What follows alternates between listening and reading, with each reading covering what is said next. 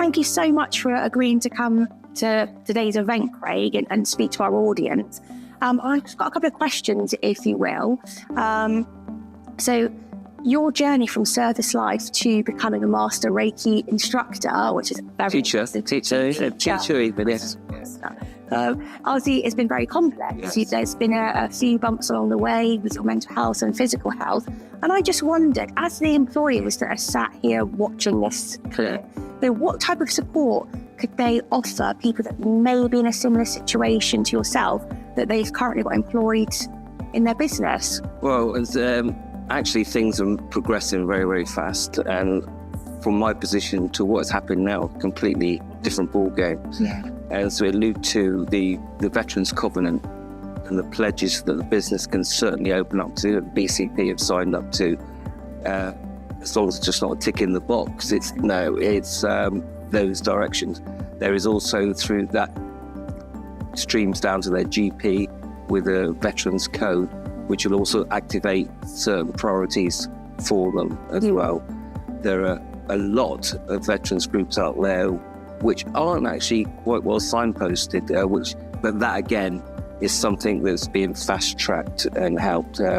So my experience of that transition would be completely different, but I would say to an employee now, look at the Veterans Covenant, look at the GP and the support that's around them, and more importantly, look at their well-being and their mannerisms changing inadvertently without explanation, particularly now, building up to November. You'll suddenly find the remembrance of people, particularly older people, will become more subdued as that remembrance. For me, I wear poppy every day because remembrance is every day for me. Too. But particularly this time of year, why are they feeling like that? You know, that it's more underlying, not just the work conditions. Look at the bigger picture. I love that tip that you've given there for employees, actually, is know your staff, speak to your staff, actually what do they need? And people might not even recognise that they're slipping and their well-being is suffering. So it's all about upskilling, training your managers, your leaders to understand and spot those signs, to try and get in early. Exactly. And then if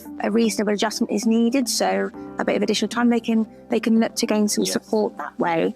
Yeah, that's exactly as I said, that transition now is a lot more recognisable, and the management and learning, particularly in companies such as BCP, is more veteran aware, is more people aware, whereas of course when I went through that transition, it wasn't. So, and that was part of my frustration, that structure wasn't in place, and that responsibilities I'd had before that I was not getting, and the decisions I was making, which I wasn't allowed to make, and then nearly wrapped in deep water as well.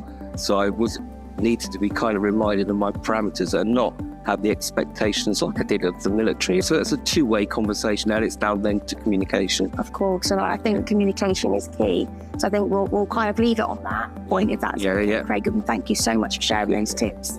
Thank you, Howard, today.